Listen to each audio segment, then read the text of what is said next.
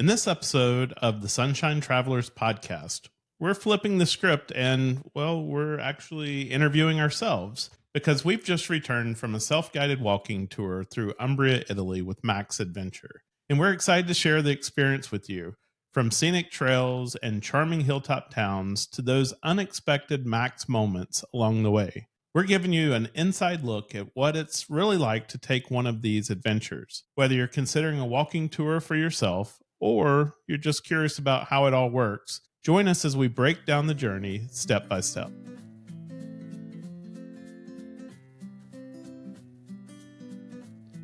We're Scott and Melissa, the Sunshine Travelers. We're all about exploring the world and sharing the journey with you, whether you're a seasoned traveler, dreaming of your next adventure, or just here for the stories. No matter where you are on your travel journey, we've got firsthand experiences, tips, and plenty of inspiration from some of the most amazing places on Earth. So buckle up and get ready to travel with us.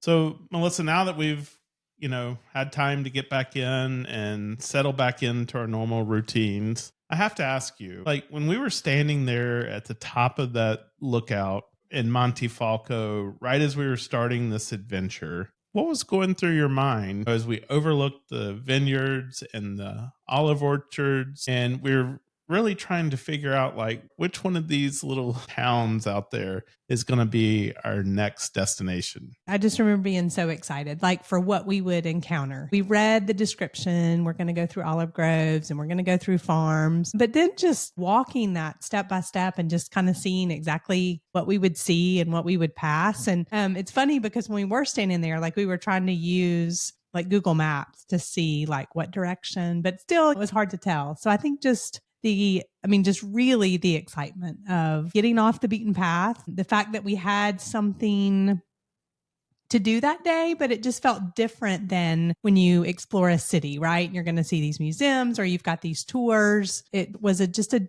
completely different feeling. If we go back to episode 107, that gives everybody an opportunity to hear about, as we were planning for the trip, we were trying to think forward about, what are all the things that we need to take? What are the things that we're most excited about? And how are we going to get there? Some of those logistics, those type of things. To now, we've actually been on the trip. We've enjoyed the walking adventure. And so today, I really wanted us to just kind of interview one another about our trip and about our experience. Yeah, I think it's always just good to also reflect back on a trip. And I know that we do a lot of that, asking each other. And I think we'll get into some of that, but what was your favorite meal and what was your favorite memory? So we thought it would be just fun to kind of recap that. And I think that also helps you as you plan other trips, right? Things to incorporate or look for, or pitfalls that you might want to avoid in the future as you reflect on your travels. Yeah. And for this trip, I think that we actually had a really successful travel. It was a little bit rocky getting started with delayed flights and some other things. But once we got there and got to Italy and we're in Rome and heading out that morning, it just felt like everything kind of fell in place after that. And I think a lot of that comes from the work that MACS Adventure does, making sure that everything's just perfect along the way. Yeah, I agree. Yeah, it was just completely seamless. We had booked our train and let them know what it was going to be. And then when you look back in the app, they had that so that the taxi driver could pick us up when we did arrive in Foligno. And we were a little bit confused. We couldn't understand. The train left right on time. And it was about 20 or 30 minutes behind schedule. So we're not really sure what that was about. But as soon as we walked out, he called our names and we were on the road. Ready to go. So yeah, that part was, completely smooth. Well, let's just kind of highlight real quick the walking adventure that we did. We started in a little town called Montefalco, and it's nicknamed the Balcony of Umbria because it sits up high on a hill and looks down over Umbria in the valley. And so that's where we started from. We left from there and went to a town called Bevagna. It looks like Bevagna, and I think we probably said Bevagna before going on the trip because we didn't know better. and then left Bevagna, went to Spello, and then from Spello to Assisi. And so each night we stayed in a different town. So our walking path would take us from town to town, and we got to see multiple of these medieval cities through this adventure. And they were all so different. That's the other thing too, right? They each had their own unique characteristics. I mean, all those similar, right? Like walled town and the little alleyways, and you had shops and people's homes. But I just felt like they definitely had their own character. Yeah, and it's important to also note that this is similar to Tuscany. So the region itself probably a little bit smaller than Tuscany, but if you think of the terrain, you think of the farmland and the vineyards and the orchards, this would remind you a lot of Tuscany. Yeah, completely agree. And we had done that before and gone to some of the towns on the cruise, and you see day trippers. Although I felt like, and it could have been the time of the year, but I felt like the groups that we saw were probably more local. They were all Italian, and the buses would be there like in the bus parking, and then you walk into the town. Some of them had tour guides, some of them people were just walking on their own. That's one of the things I liked about it, was also then spending the night in these towns, because you get a whole different feel than just going for a few hours, walking straight through, right, leaving, going to the next one. And we were talking about the other day is where would people come from? It doesn't seem like they would come from cruise destination out there. Maybe they did. Maybe they were on a cruise and came in for the day to some of these little small towns. But you could come from Rome, definitely. Yeah, for sure. Like if you had like a tour, I think on the train it was a couple of hours. So by the time we got out and about and had our breakfast and got our stuff packed, like some of these groups were already there. So if they had left Rome or some of those other surrounding larger towns that people could have stayed at, could already be there by 10 o'clock in the morning. We are beyond excited to invite you on an unforgettable adventure. Our next group trip is officially open for registration. Join us in June of 2026 for a private luxury safari in beautiful Kenya, where we'll explore 3 of the country's most iconic wildlife destinations: Solio Ranch, Samburu National Park, and the world-famous Masai Mara. This isn't your average group tour. You'll be staying in incredible luxury tented camps, enjoying personalized experiences, and traveling with a small group of fellow explorers. We did the safari in 2024, and we knew immediately we had to come back and bring you with us. Spots are very limited and they're going fast, so make sure to sign up and get the full trip details at sunshinetravelers.com/safari group trip. Let's go find the big 5 together. Which section, Montefalco, Bevagna, Spello, Assisi, was your favorite? Well, that's tough. What's so interesting is they were all so different. I would have to say, I don't know, probably to Assisi. I didn't mind. It was a little more strenuous. I liked that it was up above and you could really see out. And it also was very secluded as well. So we had the olive groves. We didn't really have vineyards there. It was mostly olive groves there, but you just really had such a perspective being up above, I think. What about you? Well, it was definitely a very strenuous part of the journey. Once you push through it, like you said, it's really nice because a lot of the time we were walking through those olive orchards and just olive trees surrounding the path that we were walking along. And we passed a few people hiking and walking. We didn't pass very many people. We definitely didn't have the problem of running into any traffic or cars on any of the routes that we took, except for when we got to Spello. Like there was, we had to walk one little small area through like part of the town where people would live, but we were very secluded in a way when we were up there on the side of that mountain going to Assisi. Yeah. So was that your favorite, or would you say another day? I really enjoyed the first day, the Yeah. Montefalco down to Bevagna. And I too felt like each of the towns were very different. Spello and Assisi were a little bit more kind of on the side of the mountain a little bit. Bevagna was down in the valley.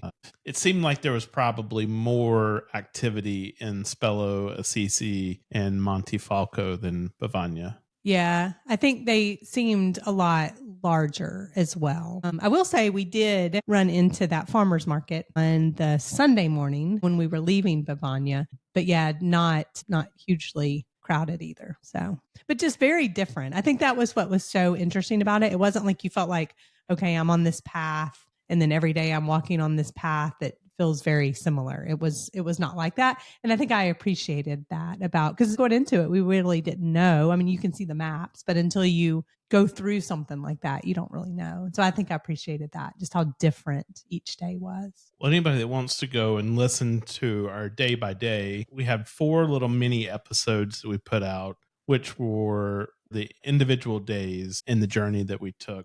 So you can go listen to that and kind of get a sense for the sounds of things that we heard and kind of our experience along the way. And I encourage you to go do so.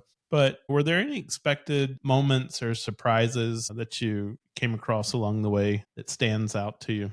Yeah, I think as I look back, just some little, I don't know, just like some little snippets of things. So before we left Montefalco, our interaction at the winery where we kind of, and I don't know how much or if we've really talked about this, but when we went to the particular winery where we ended up interviewing the winemaker, and that's on that first little short mini episode. But the day before, we had kind of gone in and hoping more for a tasting, and they had a group there, and it was just fun. We ended up interacting with the winemaker, with his mother, with his wife, with that group and several members of that group, because they were just kind of like, hey, you can, have the tour with them and the wine, tasting with them. So I think, that stands out. And then the following day where we were actually able to stop at that winery and have our little lunch and take the break, that stands out. The market that I mentioned, just like little snippets like that. What about you? It's interesting. The name of a winery is called a cantina, but when we went to Cantina Fratelli Party, so that's the winery and the brothers, and then the last name was Party. So when we went there and we were interviewing Albertino, and he gave us that bottle of sparkling wine to take with us. And we were thinking, oh my gosh, we're going to have to lug this wine all the way. And I was really afraid that it would, in my backpack, it would just be kind of sloshing around. And at some point in time, you'd see a cork fly out. Because it was a sparkling. Yeah. Yeah. Yeah. You'd see a cork fly out the back of my backpack. But I think those moments are really special. And his family has owned that winery the entire time of its existence. And they haven't always been a winery. And we talked a little bit about that in the episode, but since it's been there, his family has owned it. Yeah. And then a few other, little things, just thinking back, it did rain on us a little bit one day. And we could see for a long time rain kind of all around us, and then standing under that tree and having a little bit of rain, but we didn't get completely soaked or anything like that. And then going into that town. And I just remember, so that was the day where there was not any water along the way, and we had taken water, but we could have used a little bit more. And you just saying, oh, when we get there, I'm going to get 3 drinks. And then we had this little discoveries. Like I thought I was actually getting just like a Peroni beer out of their cooler. When we got to this, it was like a cafe, and they had a coffee shop and a gelato and all kinds of things, right? And so here we are, the crazy Americans, we're getting gelato and soft drinks and coffee and beer. They're probably like, what in the world? But I had gotten that Peroni and just thinking it was a beer, and it was like a Radler, right? A lemonade. And it actually became like a favorite thing we had, right? We found it one other place. So just little moments like that, I don't know. I think that just kind of like will stick out in our memory. And there's a lot more of those. The double rainbow that was like a full rainbow when we got to Spello that we could see from our window. And then also like the fact that we were photographing it and there was another group there and we could hear them, oh my gosh, look at this rainbow, and just those little memories and moments. And we talked a lot about during the mini episodes, just kind of the things that you're going to experience along the way. And, seeing those orchards, seeing the vineyards, seeing the mountainside and the little towns up on the top of the hills, like the just those visuals, you can close your eyes and still kind of see some of those. Just Hmm. and I think about the time that we stopped at that little family. I don't know what it is. It's like a, what would you call that? It's like a memorial Yeah, type like a thing. memorial, right? Yeah. Where they could, yeah, probably just like, and there, weren't any churches nearby or anything like that where they could just go pray and have their little time. Yeah, when there was a little bench where we had lunch, and we hadn't seen anybody for a couple of hours, and we didn't see anybody probably for a couple of more hours either. That was our longest day of hiking, and it was just us. Yeah, that was really neat. Yeah, that's a And great sitting there one. and we had stopped on the way out of town and we had gotten a loaf of this bread, and I assumed that this bread was meant to be either rebaked or have with olive oil or something like that. It was a really tough, Crusty. Yeah, very crusty, crusty. Hmm. bread on the outside, soft on the inside. But we gotten that little loaf of bread. We had gotten some meat and some water, and so we just sat there at that little family memorial or whatever it is, and had our lunch and listened to the sounds of nature around us, and really just enjoyed that time. Yeah, there was a little stream at that point and the wind blowing. Yeah, I think that's something that we'll just always think about and remember. So we've had quite a few opportunities to interact with locals and to experience their culture.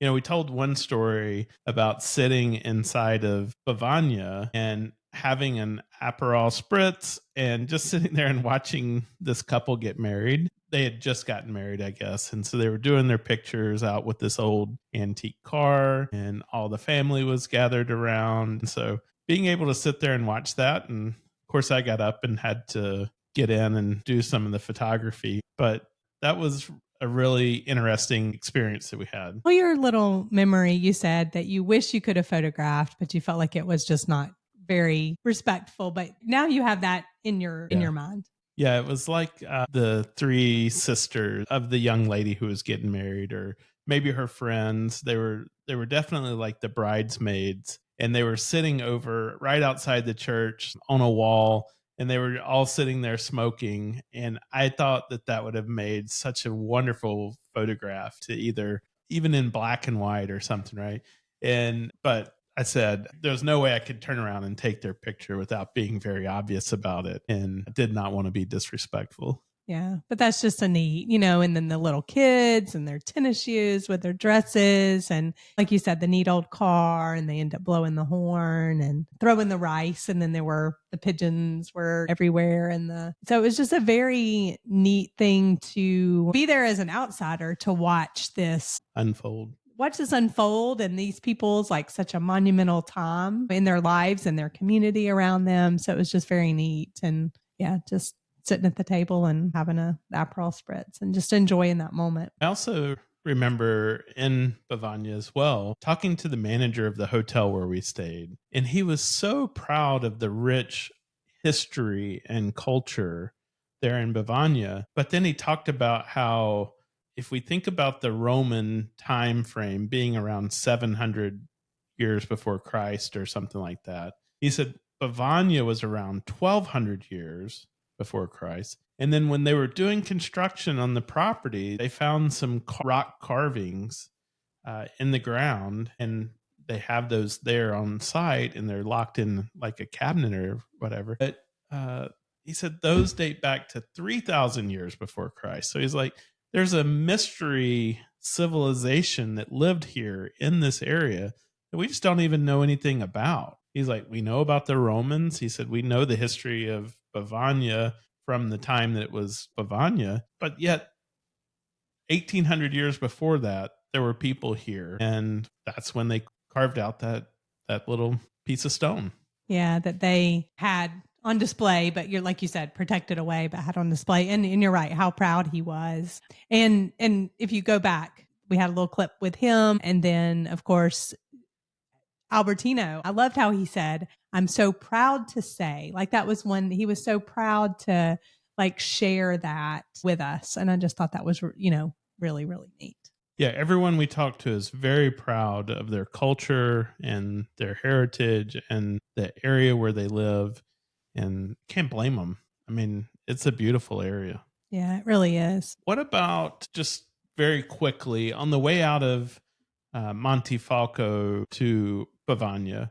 We stopped at another winery and had lunch that day, and um, that was quite an experience because we got there early enough that there wasn't a lot of people there. There wasn't a lot of foot traffic. And so the lady was like, "Oh, if you want to sit out on our balcony, you can go out there and we'll do a tasting for you out on the balcony." And then she ended up bringing out like some meat and cheeses and stuff like that. So it ended up actually being a little nice little lunch break for us. Yeah. Yeah, that was just absolutely a nice little treat, right? To be able to do that. And then right after that, they did have a couple of tour groups. I think they had some big party. So we really got lucky having that space and ended up talking to a few other people. But that worked out great. That was like one of our shorter walks, right? So we only had a couple of miles to go after we left there. But I was glad we did that one. And then, of course, the other one, we did one other quick tasting before we left Montefalco, because that was really, I think, the biggest of the wine area that we encountered as well. Yeah, once we leave Bavagne, we're not going to see any more wineries. And matter of fact, you kind of mentioned it, is that in our walking, we saw a lot more olive orchards than we did anything else. Olive orchards, and then like fields where they would plant soybeans, or in the summer there they have sunflowers, and at that time they had wheat growing. And so we spent a lot of our time really just meandering through these farms on little, you called them tractor paths. If you've ever done a long haul flight, you know jet lag can seriously mess with the first few days of your trip. That used to be me until I started using Flykitt by Fount. It's a personalized jet lag solution created by the same performance experts who train fighter pilots and elite athletes. Flykitt builds a custom plan just for you right in their app on your phone, based on your flight details and your sleep patterns. You get a combination of supplements and a schedule that tells you exactly when to take them, when to sleep, and even when to get sunlight. And now I've used it on multiple international trips and have had zero jet lag. Seriously, it works. So if you want to hit the ground running on your next trip, check out Flykitt. Use our link, sunshinetravelers.com/no-jetlag, to support our podcast and try it for yourself. There's a ton of bread and there's a ton of pasta, so they've got to have lots of wheat to be able to make that. But then also just the olive oil. I guess everywhere we went, I mean, that was as big of part of their production as the wine too. And let me tell you, it is phenomenal. Not like anything that you taste here. Yeah, the taste of it was so fresh and so light, but yet full of flavor. I mean, we talked about the olive oil that you go and buy on the shelf here in the store, and it literally has no flavor compared to what we had there. Yeah, and they even have it distinguished between, we use this one for cooking, and then we use this one just for eating, and this one for salad dressings, right? Because the flavor profile is so different. But yeah, we passed so many olive groves, and it was so neat to see them. They were just tiny, right? They had just like flowered, and now we're going to become those olives. Well, how about the walking experience? We talked a little bit about this, that before the trip, we prepared by doing some longer walks every night with the dogs, doing some out on our own, going out on the greenway and walking those longer paths. But never did we get to the point of walking 10 miles a day in our preparation. So how did that work out for you? Yeah, I mean, I think it was fine. The first days were either flat or we had a little bit of downhill that first day, but nothing super steep. I think the biggest thing, if you don't consider 18-degree grade steep. Yeah, but that was just like really the first. Yeah, that's true. That was really just the first part.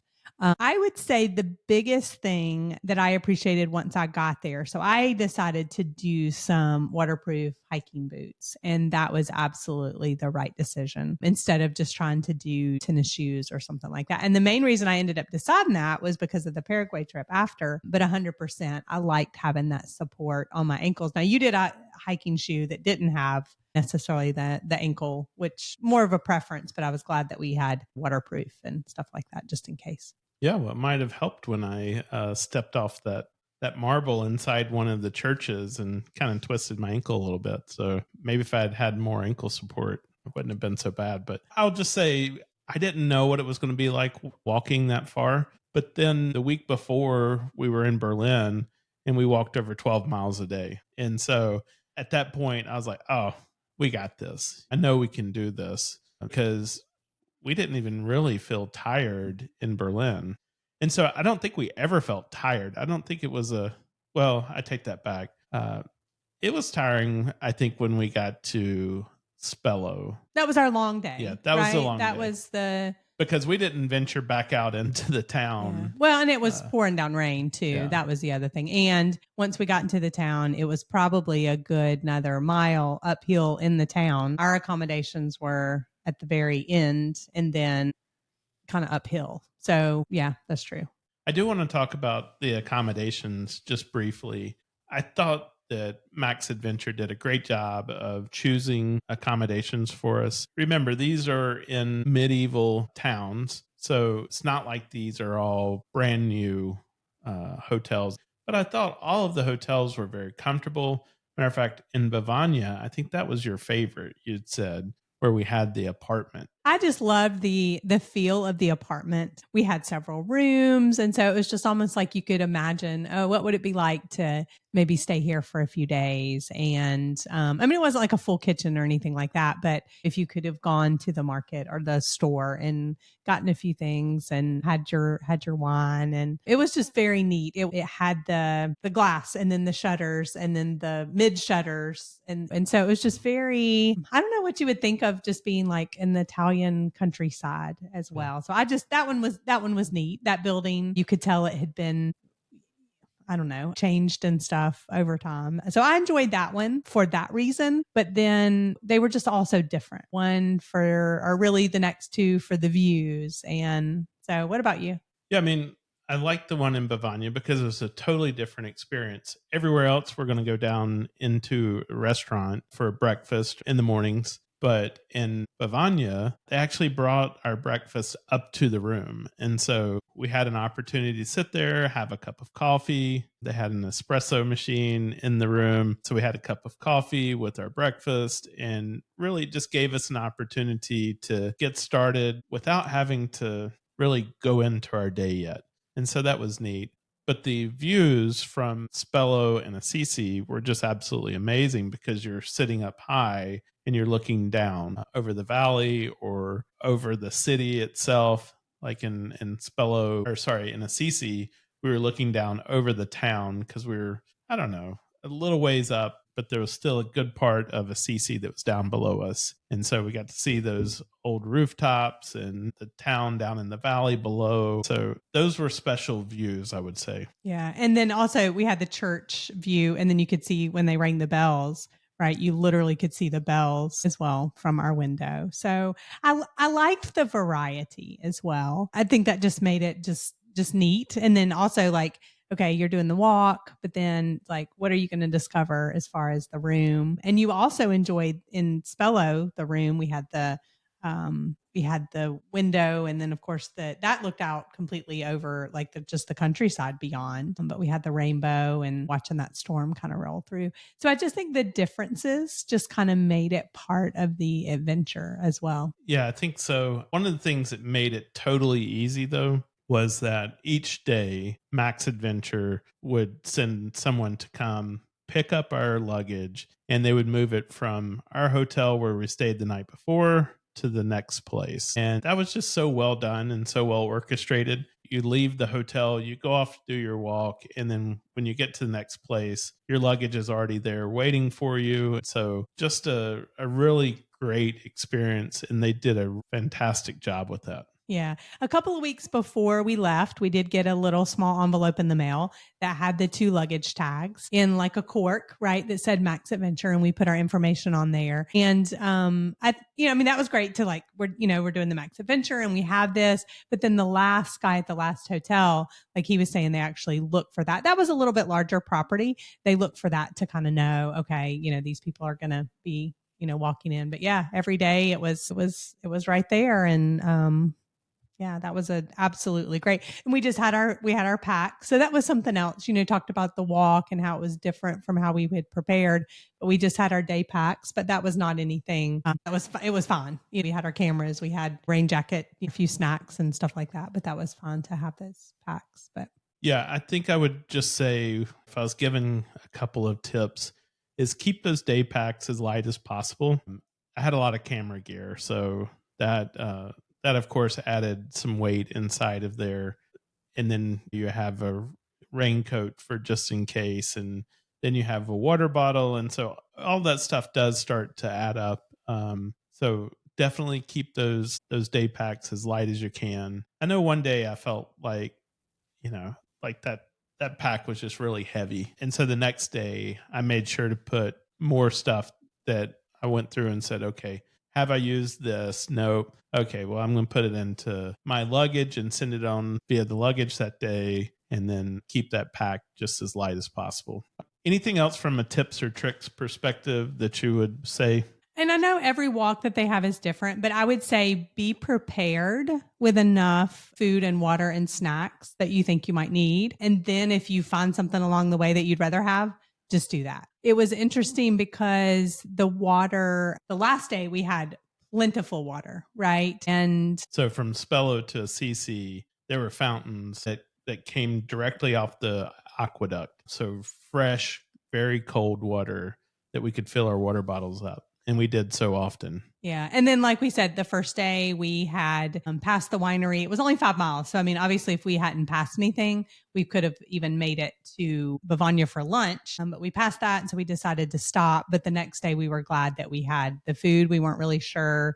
And it would have been out of our way to try to find a little town. So that's what I would say, is just be prepared with plenty. And then if you find something that you would rather stop and have, then certainly do that. And one of the things, and you went into a little bit more detail in the mini episodes, was the last day, our Spello to Assisi. We had gone and tried to find some kind of sandwich. And we probably could have asked like the hotel to, because they had the meat and the cheese, we probably said, hey, can we make a little sandwich or whatever? But we had not really explored because of the rain and we were tired. So we actually explored Spello a little bit before we went to Assisi. And so we went and tried to get a little sandwich, and it ended up, lost in translation, being just the focaccia. And I asked you after we got home, what was your favorite meal? And you said that because you said this is like eating a cold biscuit. It was because... So anybody that's not from the South and you don't know the joy of having a cold biscuit, leftover biscuit, that is just it's a childhood memory that I'll forever have. And so having that focaccia was like having a cold biscuit. Yeah. And so, because it wasn't one of the savory focaccias. No cheese, no herbs. No, it was just it tasted super buttery. Yeah. It really was that consistency. It's one of those things where it's okay, like, this is all we ended up with, but it became one of your favorite things, which I think is amazing. I mean, we had taken an apple and we had that focaccia bread, and we sat on a wall. Somebody had built a wall, and we sat there on that wall in the shade, and we had our bread and we ate our apple, and it was just so nice and pleasant because there's a little bit of a breeze blowing through the trees, and hearing the birds singing, and we could have probably sat there for hours just listening to that, reading a book or whatever, if we weren't in the middle of a walk to get there. Yeah. So I love that you were like, oh, that was my favorite thing. When it wasn't anything planned and it wasn't even really a full meal. So if you came across someone who is trying to decide whether or not this is for them, what would you recommend? What would you say to them? Like, do it. Just do it. If you enjoy off the beaten path, if you enjoy getting away from where everybody is, and that's fine, right? Because a lot of these, you might end up in a town at the beginning, at the end. If you just want something that is active, and so you still have kind of like a goal for that day, right? You're still getting up, you're still getting dressed, you're still like have something to do, but just in a completely different, I mean, it was very relaxing, wouldn't you say? Yeah, it was definitely relaxing. I'm not going to lie. you did wake up in the morning and you did the dance when you got out of bed. Some pretty sore feet, but after you stretched them for a little bit and got your shoes on and got dressed, it was no big deal to hit the road again. You had even asked me, you were like, so what would you say if I asked you, would you want to do another day? And the answer was yes. Yeah. And that's I love that. And we did set an alarm, right? But it wasn't like super early. I think 8:15, something like that. Basically, the timeline that we were working off of every day was at 9 o'clock. They were scheduled to come pick up the luggage. So you need to have your luggage ready to go by 9 o'clock. But I mean, you're wanting to get up and get going. 9 o'clock didn't seem very early at all, especially when you would start hearing the church bells, or maybe you would hear the roosters crowing or whatever, because we would often sleep with the windows open because it was just such a nice, fresh air and felt great. And it was actually light way before that too. That's the other thing too, is light way before that. And so if you wanted to get up, well, I will say if you got up super early, I mean, you could put your bags out and go, but the breakfasts weren't like super early. As a matter of fact, that the guy at the apartment one was like, what time do you want the breakfast? 8:39, 9:30. And then I was like, okay, 8:30. And then he was like, 8:39, 9:30. It's all the same. Yeah. So we were like, okay, I'm not really sure what time we're going to get breakfast. It was out waiting for us, but we laughed. We chuckled at that. So it wasn't like they were expecting to have breakfast for you super early either. So we never felt like, oh, we've got to hurry and do this. A lot of times, like we mentioned, we walked around Spello, or we went to the like little market in Bevagna and still got to the next town in plenty of time to see and do stuff. So I think that's why it felt relaxed, even though you weren't getting up and, at least getting dressed and having your coffee. Yeah. And I want to take just a minute and call out MACS Adventure, because while we were in Bevagna, we had taken a taxi to dinner one night, and there was some telltale signs, I guess, by the fact that they had tried to call the taxi driver and he's like, oh, I'm too busy. And so they had to call around and find someone else. And the hotel manager was doing this for us, by the way. He found somebody else, and the guy took us to dinner, and it was probably about 4 or 5 kilometers away, on a kind of a hillside. So not a place that you would really want to walk to or be walking back from at night. And we had a wonderful dinner, and I had found this Michelin star rated hotel or restaurant. I didn't really understand that it wasn't in Bevagna because it did have a Bevagna address. So when we got there, we're like, oh, wait a minute, this is, in a very different direction. And then we tried to get a ride back, and the guy that everybody knew, Elaine, right? Elaine wasn't answering his phone, the taxi driver. And we were like asking him, hey, is there anybody else? They're like, no, he's the only taxi driver. And we're like, oh no, this is not good. And so we started asking around.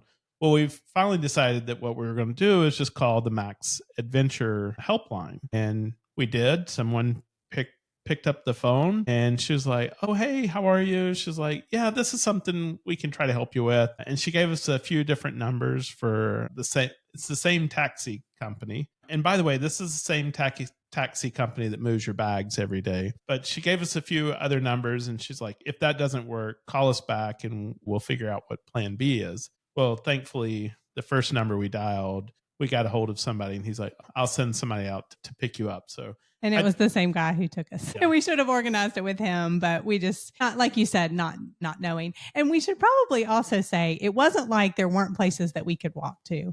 We just had found this place, and then you made a reservation. We were kind of excited about it. We're like, oh, this will work out.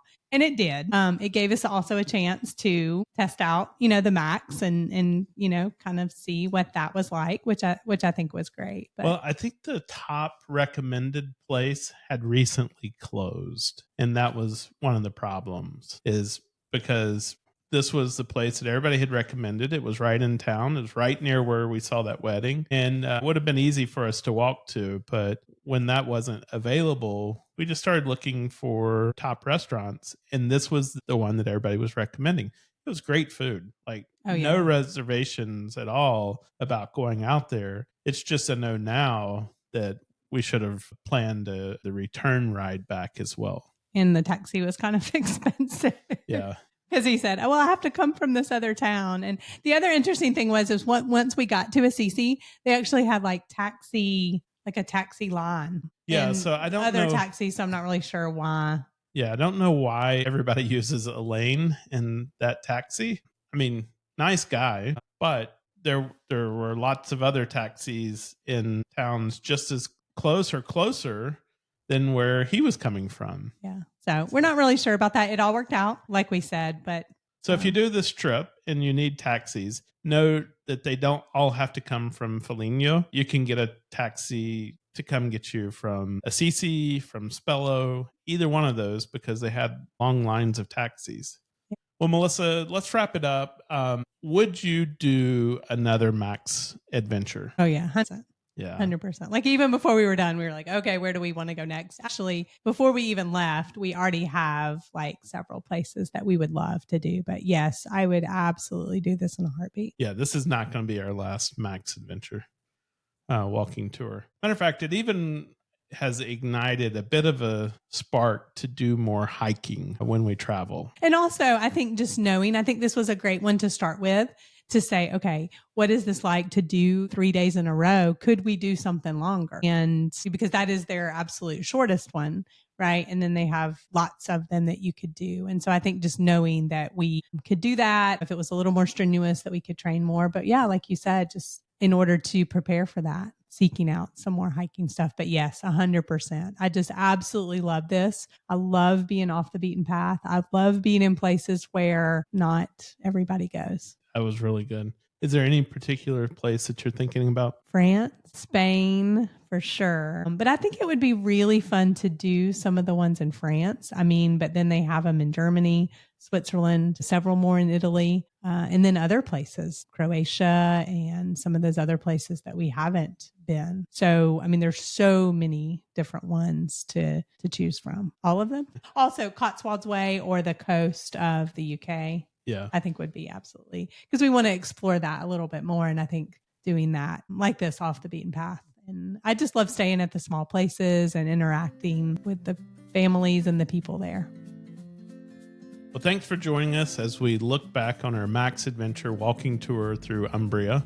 This trip gave us the chance to slow down, connect with the landscape, and experience Italy in a totally different way. If you've ever thought about doing a self-guided walking tour, we hope this episode gave you a clearer picture of what to expect and maybe even inspired your next adventure. As always, you can find more travel tips, stories, and destinations at sunshinetravelers.com. And until next time, the world is full of sunshine and surprises. Make 2025 the year that you explore beyond the familiar. That's a wrap on this episode. We hope it gave you some inspiration for your next adventure. If you enjoyed the show, we'd love for you to leave us a 5-star review on your favorite podcast platform. It helps others find us and keeps the travel conversations going. Don't forget to follow or subscribe so you never miss a new episode. And come hang out with us on Instagram or Facebook at Sunshine Travelers Podcast. That's Travelers with 1 L. Most importantly, share this episode with a friend. You never know, they just might become your next great travel companion.